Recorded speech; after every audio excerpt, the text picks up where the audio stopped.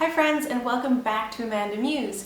So today I'm going to be sharing with you a few newborn essential tips. Now that Jack is about 7 weeks old, he's actually 7.5 weeks old today. So since he's almost 2 months, we're kind of coming out of that newborn phase, and I have a list of things that I think every mom should have to get you through to the next phase, which to me is like 3 months. Once they're about 3 months, they're out of that newbie phase.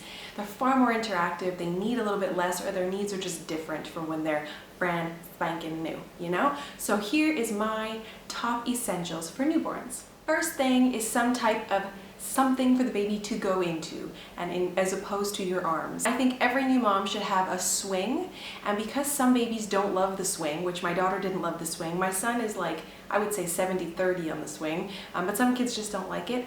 So you need a swing, but you also could use a bouncy vibrating chair. And I'm not talking no expensive bouncy vibrating chair, just your basic chair. These days what I'm noticing is that a lot of companies kind of do this all in one thing, like a swing slash vibrating chair slash, what's the other thing I said, like a bouncy thing.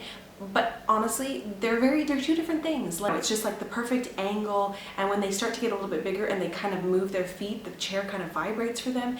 It's an amazing chair. If you know someone that's having a baby, if you're having a baby of your own, get yourself one of these chairs. So as they get bigger, you can start to feed them in this chair. It's just a perfect chair. They sit in it, they watch the fan. You can put them there as you put them down once they're done feeding. I find that if your baby is a bit colicky or has some reflux, like a little bit of bubbly, you know, acid tummy type of thing, lots of air, wind, whatever you want to call it, you pop them in that chair, they sleep like a dream. I swear when Jack was new, he wasn't totally gassy, but a lot of new babies don't like to sleep when they're totally flat.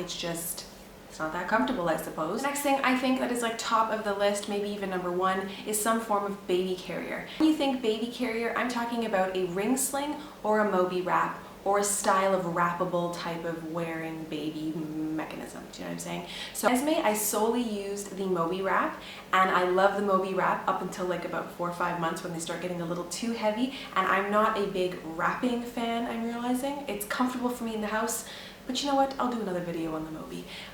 So like a Moby, a wrappable type of carrier where the baby is touching your body and you can wrap them in there. They have no neck support, so you need something that can hold their head in, and that's where the Moby comes into play. Also, a ring sling, which is new for me in terms of like, I didn't use it with Esme, so I'm using it with Jack, and I love the ring sling. I think I'm going to pop out a video about that too, because there's just so much to love about it, but I definitely feel that a carrier is essential, because if you have a baby like my baby who was a little bit gassy, meaning they sleep better when they're upright, so either in that chair like this or up against your body, like tummy to tummy, or they just don't like sleeping in a crib, which is basically my babies, and they don't like to be away from me, which is obviously, it's totally normal, biologically speaking. Babies don't want to be separate from their food source, n'est-ce pas? So my babies tend to sleep in the carriers in between feedings. You get a lot more done when you're hands-free. I'm not going to turn this video into a baby wearing video. As you can probably tell, I freaking love it. So I'll do a separate video on that, so stay tuned for that. But I would say definitely some type of carrier.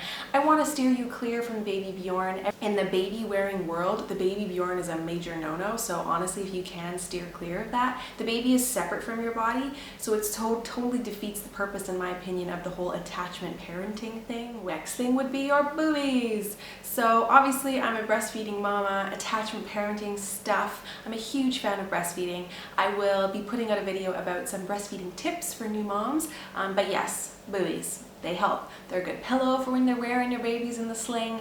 They're a fantastic food source. They're also there for comfort, so if your baby just wants to like have something to suck on, and maybe your baby doesn't take a pacifier, which, and I guess the next thing would be a pacifier of some kind. So obviously your booby is the top pacifier, that's what they like to suck on, but if you are uncomfortable and you have sore tatas, which is mostly the case with new moms, then a pacifier of some kind will do. I know there's like this huge world, or this huge belief like don't give your baby a pacifier, but I think if you're breastfeeding, your basic sucking need satisfied. So I find a lot of times breastfed babies don't enjoy a pacifier, but in my opinion, I don't know if I'm alone on this thought, but occasionally I want my baby to suck on something else. Do you know what I'm saying? I need a break. So I actually really try hard to get my babies to take a pacifier, because I know that obviously they know what the real deal is. It's a little different than a plastic nipple, so they're obviously not going to be confused in that sense. But yeah, I do feel like pacifiers are essential. And with my daughter, funny story, I didn't have pacifiers. I think I bought one, because I was like, no, I'm never going to use a pacifier. And then I thought my nipples were going to fall off. And I remember sending my husband out on like a wild goose chase. I was like, go to the store and buy every damn freaking pacifier you can find. So I like pacifiers. The next thing on my list would be a Moses basket or something similar. I have a crib for my baby. I don't use it very often, to be honest, but the reason I say Moses basket is because you can move it around the house. So when they're brand new, they pretty much sleep all the time in between feedings, and it's nice to have them flat if they'll sleep in a flat position type of thing. And it's nice to have them close by. So I would say a nice Moses basket, easy to transport around the house. When they are sleeping, most newborns like to be swaddled. Most brand new babies enjoy the swaddle. They will try to fight it and get their arms out of the swaddle if you didn't tie it tight enough. But if you remember when you're in the hospital, generally speaking, the baby is like really good and they sleep a lot, and then they get home and you're like, what the heck happened? They're not sleeping anymore? Those nurses at the hospital do a really good one, and I would say the tighter the better. You're not going to hurt them.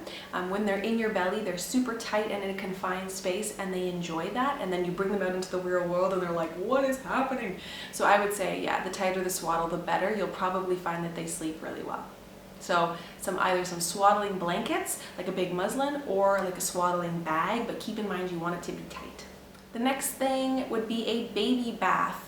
I do have a big bath. I just don't like to bathe my newborn babies in them, nor do I don't even like to use it until they can properly sit up, because I don't like to be hunched over the bathtub. So I would say a baby bath is nice. I mean, you could do it in the sink, but the sink is not exactly the cleanest place in our houses, like, no.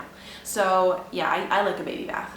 And then once you're done the bath, you will probably notice that your baby has dry-ish skin. A lot of newborns have that dry skin like around their creases, basically.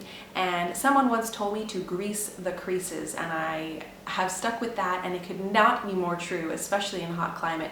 But basically what you want to do is get yourself some type of oil. If you don't have nut allergies, then I would suggest coconut oil, but you can test the baby's skin, you know, take an area and test it, but coconut oil is amazing. So I would literally just goop them head to toe for the first few weeks even, and then eventually you just kind of do the creases post bath. And it's nice because the baby gets a little massage, but you get in all the spaces. So in the cracks here, in the thighs, in their little bum, their toes, their fingers, whatever. Behind the ears is a good one. In the neck. At the minute, apart from using basic coconut oil, which is what I use with Esme, I purchased, or somebody purchased for me from Burt's Bees. It's their baby line, so their baby bee line I think it's called, and it's the ointment. It doesn't really have a scent, or if it is, it's a very natural scent, but I'm loving this stuff. I use it every day right after the bath. It's amazing. One thing we struggled with when Jack was brand new was him adjusting to air conditioning. That sucked because their little bodies are not used to it, and so what happened is he got really congested. Oh my god. When you can only breathe through your nose, because that's what babies do, they don't breathe through their mouths, and you're trying to breastfeed and your nose is plugged, it's horrible. So what I would suggest you have on hand, even if you don't have air conditioning, is a nasal aspirator, which is usually like a bulb type of thing. If you can, some saline drops or even saline spray moistens their nasal passages, and then you use the aspirator, and it's awesome. Gripe water. Gripe water is awesome. I know you can get things like colic drops and whatever, but I'm talking like the old school Woodward's gripe water. It's amazing. A lot of pediatricians, I don't know, they like to get you the colic drops, but those never worked for me with either of my children. But I just like the gripe water. I'm not talking like a lot of it, but what I would do when he was about, how old would he have been? Probably right from the beginning. I didn't use it till about 2 weeks or so. I get a little teaspoon, or even just something that they can kind of, I have plastic spoons obviously because I have a toddler around eating, but just a little teaspoon, and I would fill it, or just about fill it, kind of get him on an angle and have him sort of like lick it off. Just usually you can tell they need some gripe water because their tummies are just upset, or they're really windy, or you haven't burped them properly. Like, in terms of clothing, you seriously do not need a lot. I'm pretty laid back when it comes to what I put my children in. I like them to be comfortable. I do not like to dress them up all crazy when they're small, because they're just so delicate and tiny. So I would say if you have a couple of onesies on hand, depending of the weather, you might need socks and things, or just the onesies that have the feet, but definitely get yourself some onesies that have the hand covers because they have really long fingernails, and if they're not long at birth, they will get long once you start feeding them and they scratch themselves. And it can be daunting to cut a newborn's nails, so I would say for the time being, just get yourself some little gloves or the onesies that cover their hands and some diapers, and girlfriend, and girlfriend, you're good to go. So that's pretty much all you need in terms of things for having a newborn, and patience, because especially if it's your first, you kind of think that this insane phase is never going to end. You think you're never going to sleep again. You will, and everything passes so quick, and I feel it so much more now that I'm on to baby number 2. So just enjoy it, because you'll miss it when they're done. So those are my newborn essentials. I hope you enjoyed this video. If you did, give it a thumbs up, and if you didn't, just give it a thumbs up because Jack is so stinking cute. Right. Those little bald patches. He's getting losing a little hair there, buddy. Alright, we're gonna go. I will see you guys in the next video.